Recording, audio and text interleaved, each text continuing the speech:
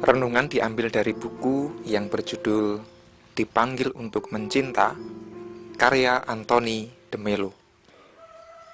Menjadi murid. Lukas 14 ayat 26. Jikalau seorang datang kepadaku dan ia tidak membenci bapaknya, ibunya, istrinya, anak-anaknya, saudara-saudaranya laki-laki atau perempuan, bahkan nyawanya sendiri, ia tidak dapat menjadi muridku. Demikian firman Tuhan, yaitu perkataan Gusti Yesus. Saudara-saudara, pandanglah dunia dan lihatlah ketidakbahagiaan di sekitar Anda, dan bahkan di dalam diri Anda barangkali. Tahukah Anda apa yang menyebabkan ketidakbahagiaan itu? Mungkin menurut Anda, penyebabnya adalah kesepian, penindasan, perang, kebencian, atau ketidakpercayaan manusia kepada Tuhan. Ternyata bukan itu. Hanya ada satu sebab ketidakbahagiaan, yaitu keyakinan palsu yang ada dalam pikiran kita. Keyakinan itu dipegang begitu banyak orang dan tampak begitu lumrah, sehingga tidak pernah dipersoalkan sama sekali. Karena keyakinan palsu inilah, kita melihat dunia dan diri kita sendiri dengan cara yang rancu. Celakanya, tidak ada jalan keluar, sebab kita tidak menyangka bahwa persepsi kita rancu, bahwa pikiran kita keliru, dan bahwa keyakinan kita palsu. Coba kita cari dan melihat di sekitar kita. Adakah orang yang sungguh-sungguh bahagia, yang bebas dari ketakutan, dari kegelisahan, dari kecemasan, dan ketegangan? Kita beruntung bila dapat menemukan satu saja dari 100.000 orang.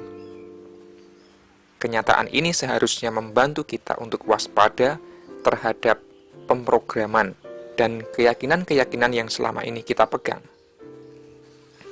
Akan tetapi, ternyata kita telah diprogram untuk tidak mencurigai atau meragukan asumsi-asumsi yang dimasukkan ke dalam diri kita oleh tradisi, budaya, masyarakat, dan bahkan agama. Kita telah diprogram untuk mempercayainya. Bila akhirnya kita tidak bahagia, kita telah dilatih untuk menyalahkan diri sendiri, bukannya menyalahkan program atau gagasan dan keyakinan yang diwariskan oleh kebudayaan kita. Yang lebih buruk lagi adalah sebagian besar orang sedemikian terindoktrinasi, sehingga tidak menyadari betapa tidak bahagianya mereka. Seperti orang yang sedang bermimpi, tidak menyadari bahwa ia sedang bermimpi. Saudara-saudara, keyakinan-keyakinan palsu manakah yang menghalangi kebahagiaan kita? Ada beberapa contoh. Pertama, keyakinan bahwa kita tidak dapat bahagia tanpa hal-hal yang kita pandang bernilai dan yang membuat kita akhirnya terikat. Itu keyakinan yang salah. Coba kita renungkan sejenak. Kita tidak bahagia karena kita lebih memusatkan diri pada segala sesuatu yang tidak kita miliki, bukannya pada apa yang sudah kita miliki sekarang. Itu yang pertama. Yang kedua, kita percaya bahwa kebahagiaan ada di masa depan. Itu pun keliru. Di sini dan sekarang ini, kita semestinya bahagia.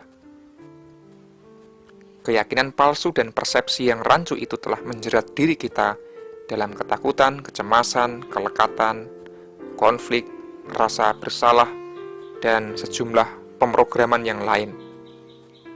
Bila kita bisa melihat semua ini, kita akan menyadari bahwa kita bahagia, tetapi tidak mengetahuinya. Itu yang kedua. Yang ketiga, kita percaya bahwa kebahagiaan akan datang apabila kita berhasil mengubah situasi dan orang-orang di sekitar kita. Itu pun keliru. Kita hanya akan menyia-nyiakan energi bila mencoba mengubah kembali dunia ini. Yang membuat kita bahagia atau tidak bukanlah dunia dan orang-orang di sekitar kita, melainkan pemikiran di kepala kita. Seperti halnya mencari sarang burung elang di tengah samudera, demikianlah mencari kebahagiaan di luar diri kita. Kalau memang kebahagiaan yang kita cari, berhentilah menyia-nyiakan energi untuk mengatasi kebotakan atau membentuk otot tubuh, pekerjaan, komunitas, gaya hidup, bahkan kepribadian kita. Sadarkah kita bahwa kita dapat saja mengubah setiap hal itu? Punya tubuh yang indah, kepribadian yang menarik, lingkungan yang menyenangkan, tetapi tetap tidak bahagia. Jauh di lubuk hati, sebetulnya kita mengetahui kebenaran ini, tetapi kita tetap saja menyia-nyiakan usaha dan energi untuk terus mencoba mendapatkan sesuatu yang kita ketahui tidak dapat mendatangkan kebahagiaan. Itu yang ketiga. Dan yang keempat, keyakinan bahwa kita akan bahagia bila semua keinginan kita terpenuhi. Ini pun tidak benar. Sesungguhnya, keinginan dan kelekatanlah yang justru membuat kita tegang, frustrasi, cemas, gelisah, dan takut. Buatlah daftar semua kelekatan dan keinginan kita. Kepada tiap kelekatan dan keinginan itu, katakanlah, dalam lubuk hati, aku tahu bahwa meskipun telah mendapatkan engkau, aku tidak akan mendapatkan kebahagiaan. Saudara-saudara, lalu apakah kebahagiaan itu? Tidak banyak orang yang mengetahuinya, dan tidak seorang pun dapat mengatakannya kepada kita. Sebab kebahagiaan tidak dapat digambarkan.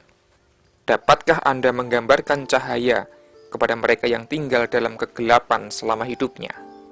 Dapatkah Anda menggambarkan realitas kepada orang yang sedang bermimpi?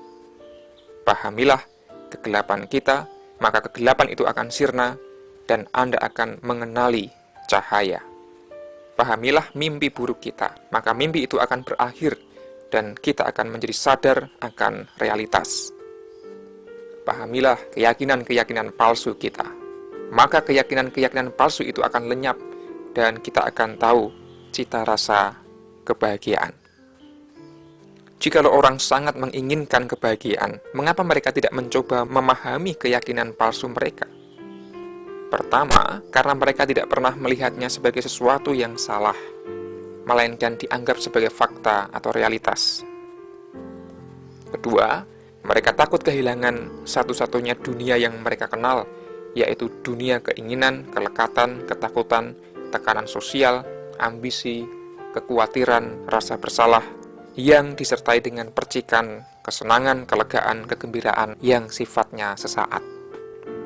Bayangkan orang yang takut membiarkan mimpi buruknya berlalu, karena hanya itulah satu-satunya dunia yang ia ketahui. Saudara-saudara, untuk sampai pada kebahagiaan abadi, kita harus siap untuk membenci ayah, ibu, bahkan hidup kita sendiri, dan meninggalkan seluruh milik kita. Begitu kata Gusti Yesus. Bagaimana caranya? Tentu tidak dengan meninggalkan atau menyingkirkan mereka.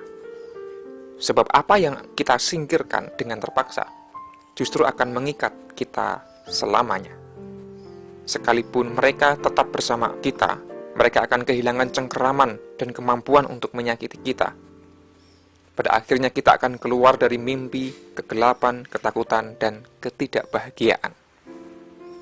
Setiap hal yang mengikat kita dan yang kita yakini sebagai syarat kebahagiaan adalah mimpi buruk. Kita akan begitu mudah meninggalkan semua milik kita.